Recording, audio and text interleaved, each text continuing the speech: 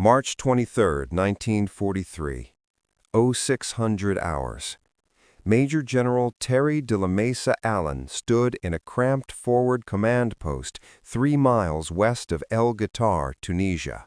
His field glasses pressed hard against his eyes. The dawn air was cold and sharp. The sky was cloudless. Visibility was perfect. In the pale morning light he could see them.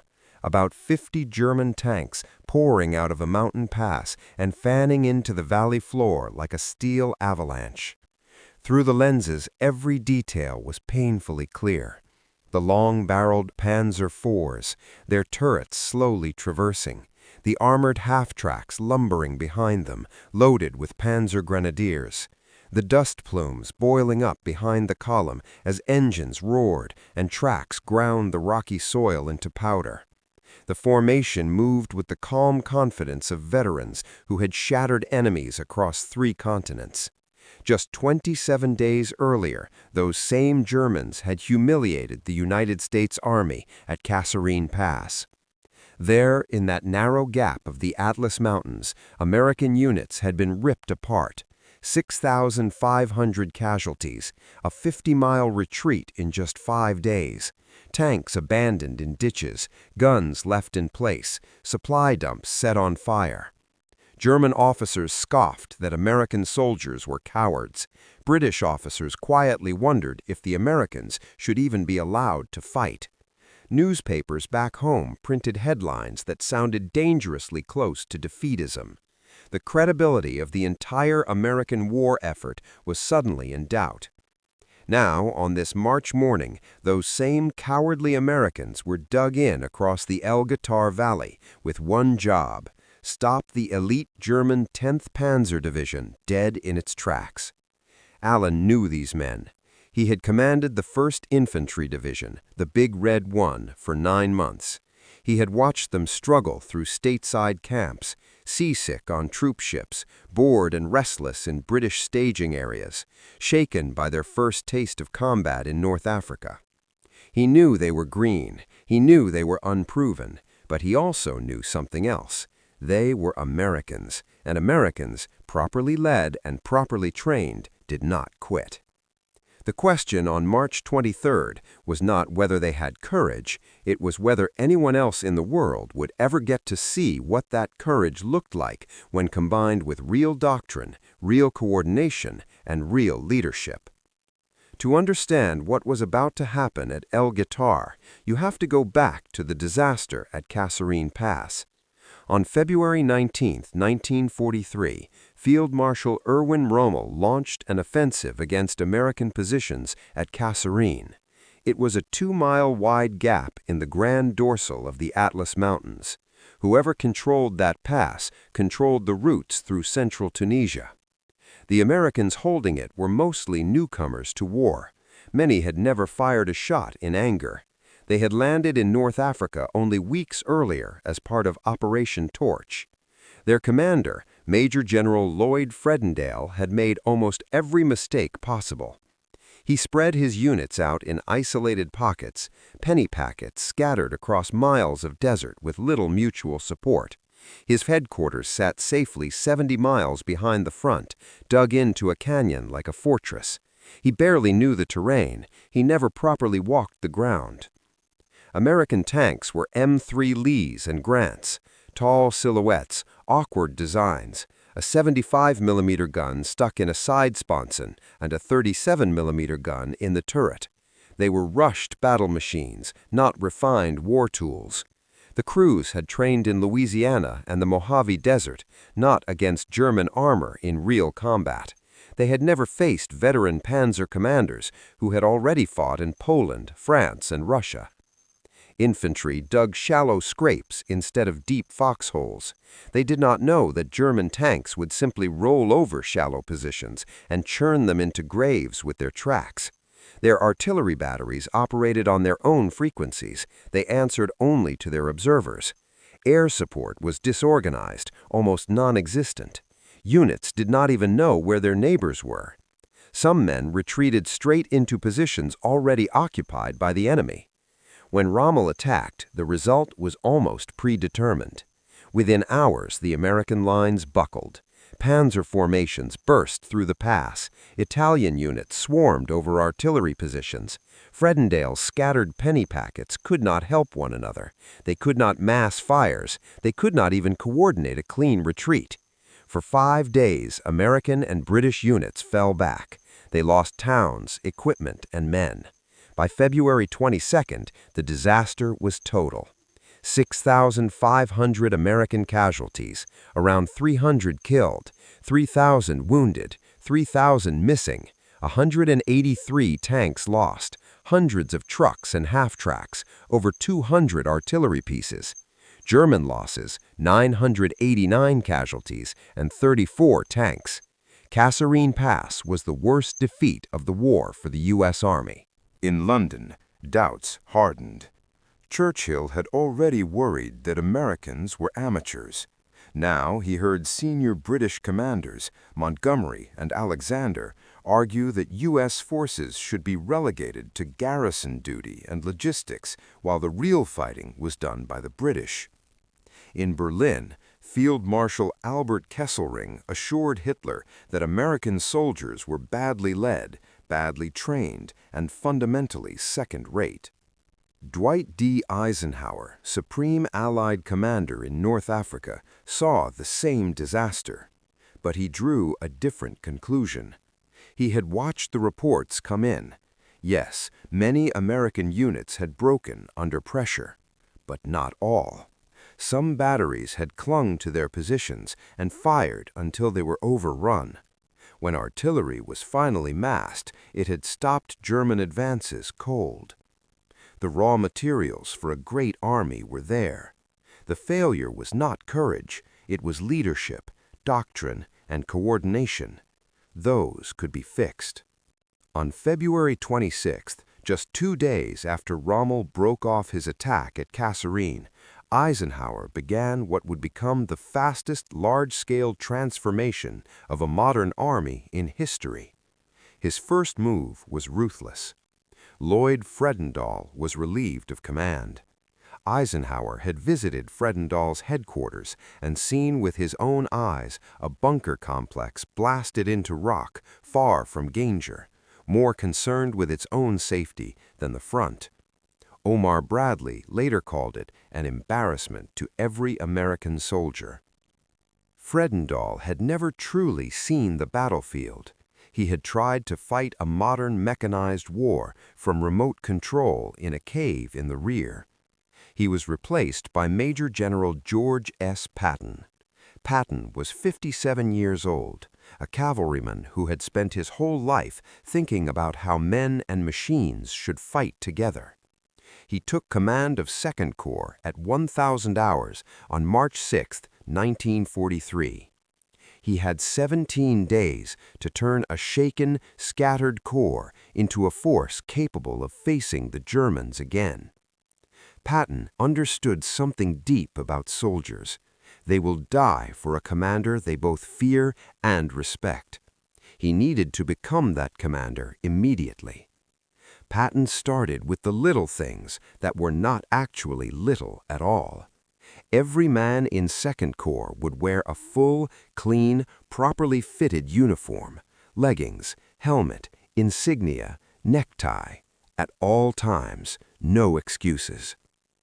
Soldiers who ignored regulations would face court-martial. Officers who failed to enforce them would be relieved. Patton prowled the roads in his Jeep. He stopped vehicles, inspected uniforms, grilled men about their weapons. He personally ordered shallow foxholes dug out and deepened. He fined officers for sloppy dress. He appeared everywhere, all the time, like a relentless inspector from another world. The troops cursed him. They said he cared more about spit and polish than survival. They were wrong. Patton knew that an army that looked careless would fight careless.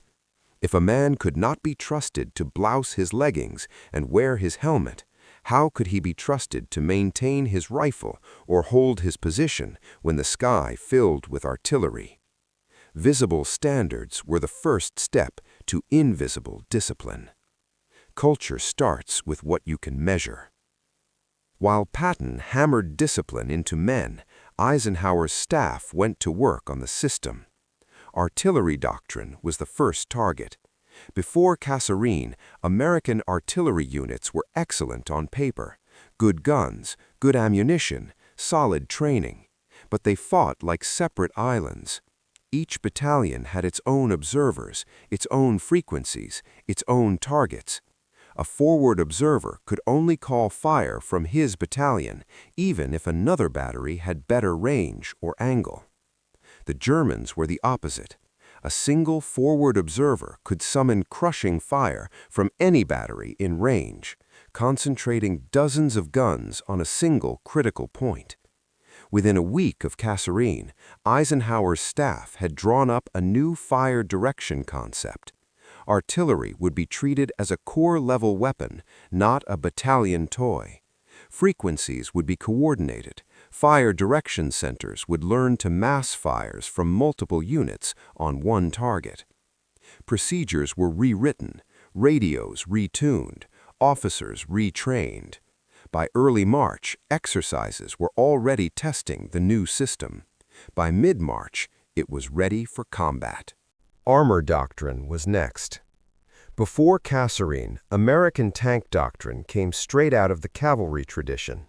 Tanks were knights on steel horses, meant to duel other tanks head-on. That might have sounded heroic, but against battle-hardened Panzer crews, it was suicide. The Germans had spent years honing their craft in Poland, France, and Russia. American tank commanders had spent those same years at training ranges in Texas.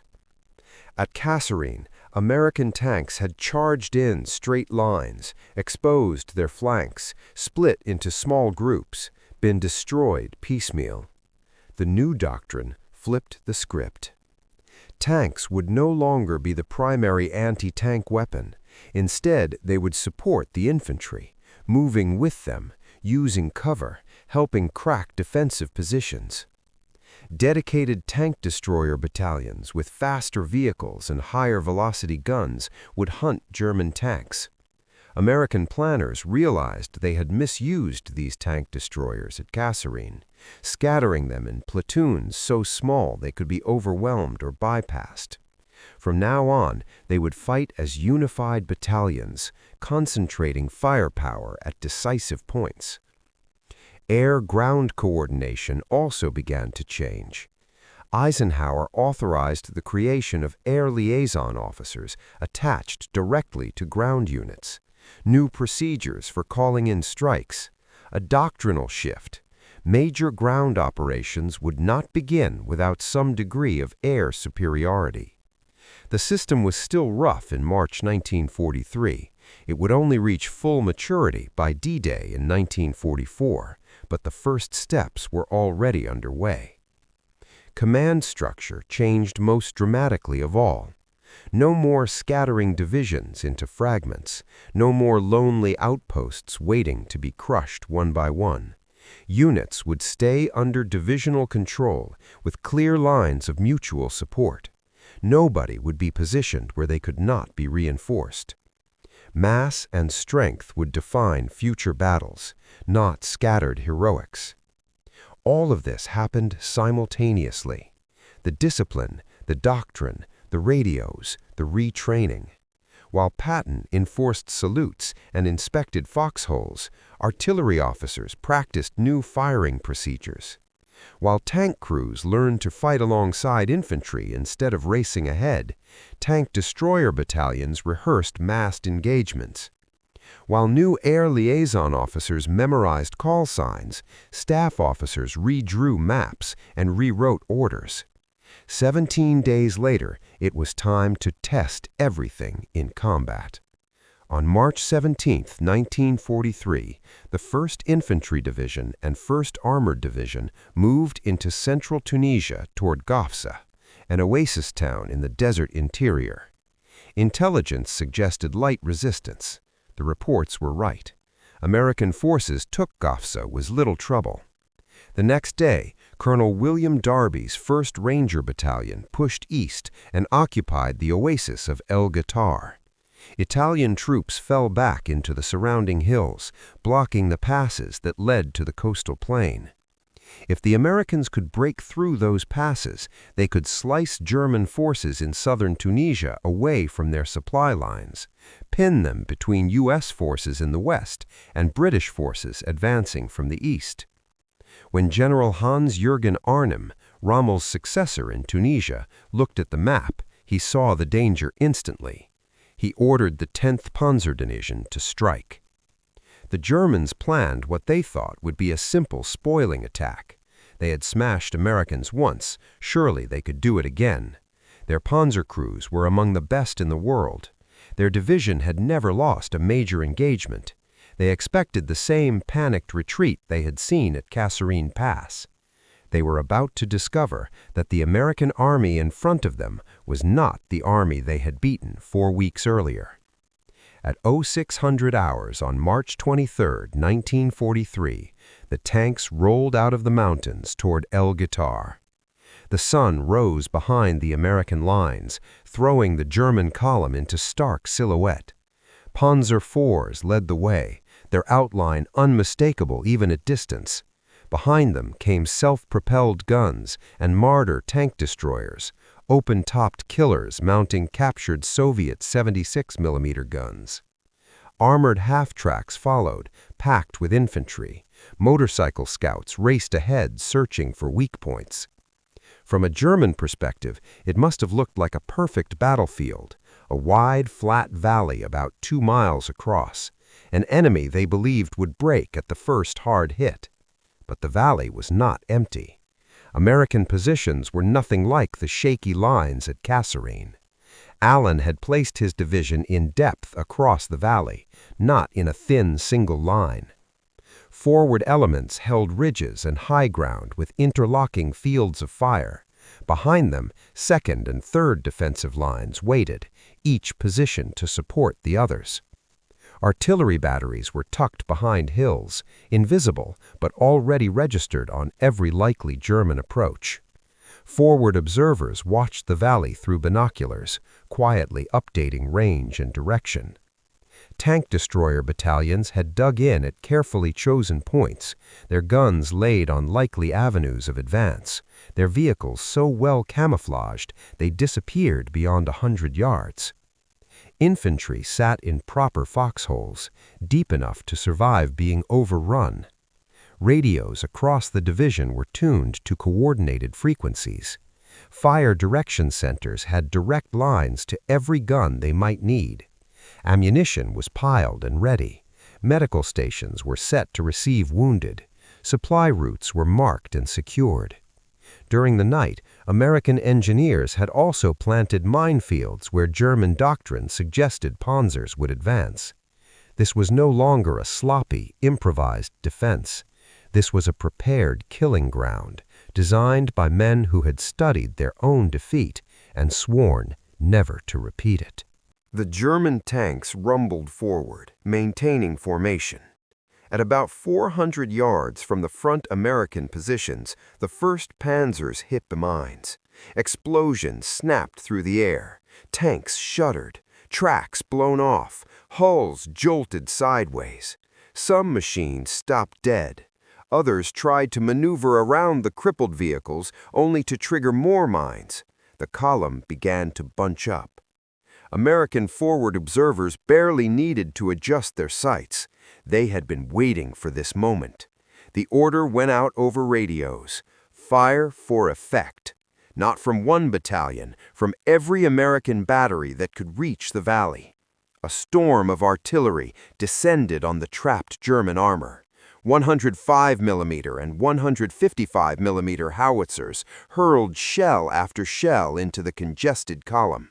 High explosive rounds slammed into tank hulls, ripped open half-tracks, shredded exposed infantry. White phosphorus burst overhead, streaking down in burning fragments that clung to metal and flesh alike. For 12 straight minutes, the sky over the valley pulsed with fire. Tanks burned, half-tracks flipped, men stumbled in circles, blinded, choking, trying to find cover where there was none. Vehicles in the rear tried to reverse out of the barrage, only to collide with wrecks or stray into fresh bursts of shell fire.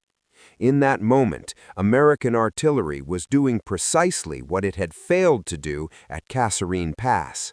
Mass, coordinated, relentless destruction focused on a single target. When the barrage finally lifted, the valley was a tangle of smoking metal and craters. Then the tank destroyers went to work. The 601st Tank Destroyer Battalion, equipped with M3 gun motor carriages, half-tracks mounting 75mm guns, opened fire from their concealed positions. They had trained specifically for this scenario. German tanks stunned and disorganized after artillery, exposed in open ground. Gun crews picked targets carefully, waiting for clean shots at turret rings and thin side armor. The 899th Tank Destroyer Battalion, armed with M10 tank destroyers mounting 3-inch guns, added heavier fire from supporting positions. Shells punched through Panzer armor and sent turrets flying. Any German attempt to reorganize was shredded. By 0900 hours, about 30 German tanks were destroyed or disabled. The 10th Panzer Division pulled back toward the pass. They left behind a graveyard of vehicles. At one point during the battle, 2 German tanks roared toward Allen's headquarters itself. Staff officers urged him to withdraw. He refused. "I will like hell pull out, and I will shoot the first bastard who does."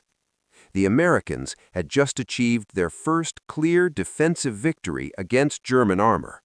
But the day was not over. Around 1645, the 10th Panzer Division attacked again, this time trying to slide in from a different direction and turn the American flank. Once again, they ran into prepared positions. Once again, American artillery and tank destroyers tore into them. By nightfall, the Germans abandoned any idea of breaking through the valley and withdrew into the hills. The Battle of El Guetar would drag on for nearly 2 more weeks as American forces fought to force the mountain passes. Italian troops on hills 369 and 772 fought stubbornly. Progress was slow and costly, but strategically the momentum had shifted. On March 26th, British forces launched Operation Supercharge II. They broke through the Marat Line to the east. German units were forced to fall back north. By April 7th, elements of the U.S. forces at El Guetar linked up with the British 8th Army on the El Guetar-Gabes Road.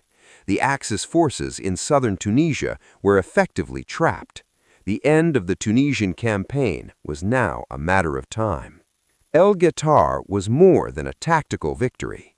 It was proof that the changes Eisenhower and Patton had forced through in just 27 days actually worked.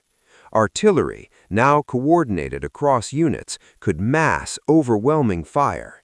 Tank destroyer battalions, kept intact instead of chopped into platoons, did exactly what they were designed to do: hunt and kill enemy armor. Combined arms coordination, infantry, tanks, artillery, and supporting air was far from perfect, but it was miles ahead of what America had shown at Kasserine. And the intangible factor, morale, had shifted. American soldiers now knew they could stand toe-to-toe with veteran German troops and win. The Germans saw it too. After El Guetar, German intelligence reports stopped describing Americans as cowards. Rommel, who had been recalled to Germany 2 weeks earlier, later wrote that the Americans had recovered very quickly from their first shock and had soon succeeded in damming up German advances. The respect was grudging, but undeniable. What makes this transformation astonishing is the speed. 27 days separated the route at Kasserine Pass from the stand at El Guetar. In less than 4 weeks, an army that had been scattered and shamed reinvented itself. Why could the Americans change so fast when other armies had taken years? First, because they admitted the problem. There was no attempt to pretend Kasserine had been anything other than a disaster. No propaganda spin, no desperate search for scapegoats among the rank and file. Eisenhower's staff produced brutally honest after-action reports. They named failures, leadership, doctrine, communications, deployment. They refused to blame poor fighting spirit. They blamed themselves for putting good men into bad situations. Second, because Eisenhower had the authority to act. He did not have to cable Washington for every change. He did not need a committee back home to approve new artillery procedures or the relief of a corps commander. He had theater-level authority to fix what was broken. That kind of freedom was rare in World War II. Many commanders answered to distant politicians or bureaucrats who treated doctrine like scripture. Eisenhower could move. Third, the United States had the industrial muscle to turn ideas into reality. New radios, new tank destroyers, extra artillery pieces. These were not theoretical. They were loaded onto ships, crossed the Atlantic in fast convoys, rolled onto the docks of North Africa within weeks. In 1943, American factories churned out weapons, vehicles, ammunition, and supplies at a rate no other nation on Earth could match. That abundance meant American units could experiment and adjust. If something did not work, they could afford to replace it. Fourth, Americans were willing to learn from the enemy. Staff officers studied German tactics carefully. They adopted what worked. They developed specific counters.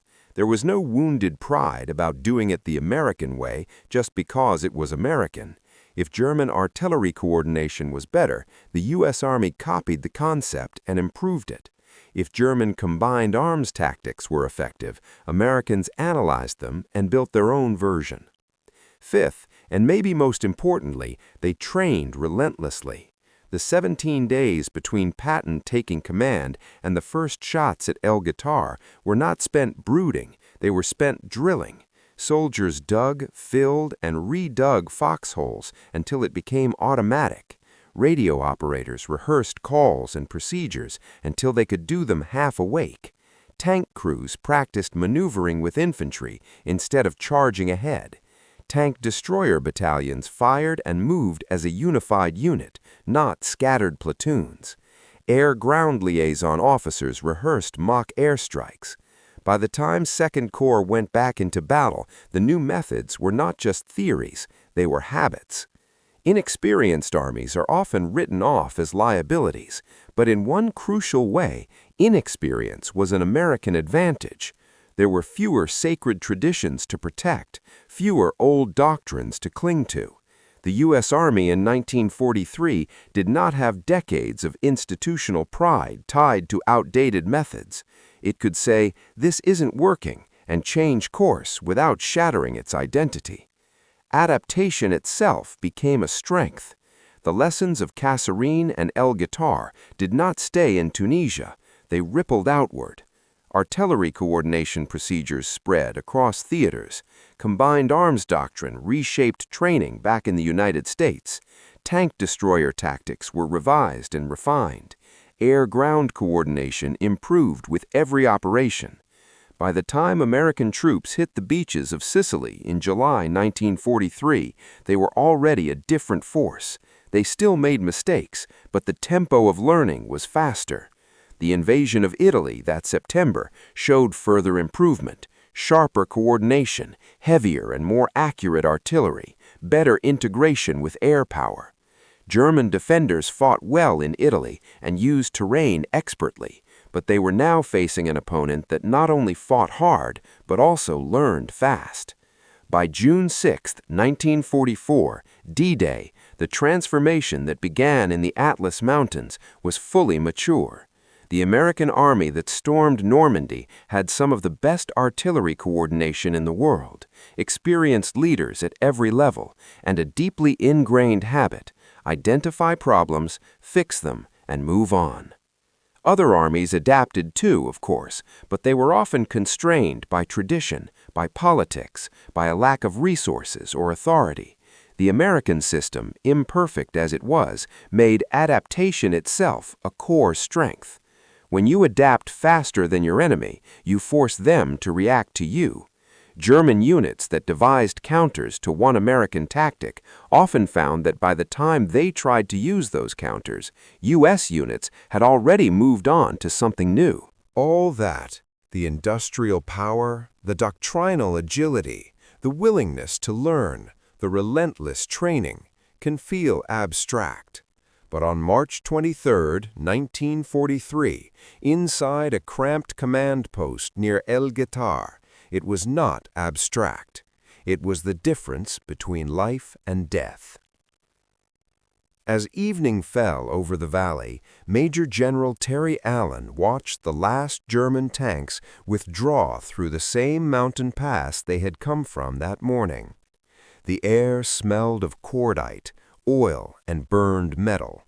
Wrecked tanks dotted the valley floor like broken toys. American soldiers, exhausted and filthy, sat cleaning weapons, bandaging wounds, and staring at the smoking horizon. They had been called cowards a month earlier. Now they had stood their ground against one of the Wehrmacht's finest armored divisions and stopped it cold. Allen did not cheer. There were still hills to take, still men to bury, still orders to write. The Tunisian campaign would grind on until May 13th, when the last Axis forces in North Africa surrendered. But he knew, just as Eisenhower knew, just as the Germans were beginning to suspect, something fundamental had changed. In 27 days, an inexperienced army had turned its worst defeat into a blueprint for victory. That was the true triumph of El Guetar. Not just the wrecked panzers in the valley, but the quiet, stubborn decision to face failure honestly and change everything that needed changing. An institutional victory over arrogance and denial. 27 days, one disaster, one transformation, one proof of what an army can become when it refuses to hide from its own mistakes.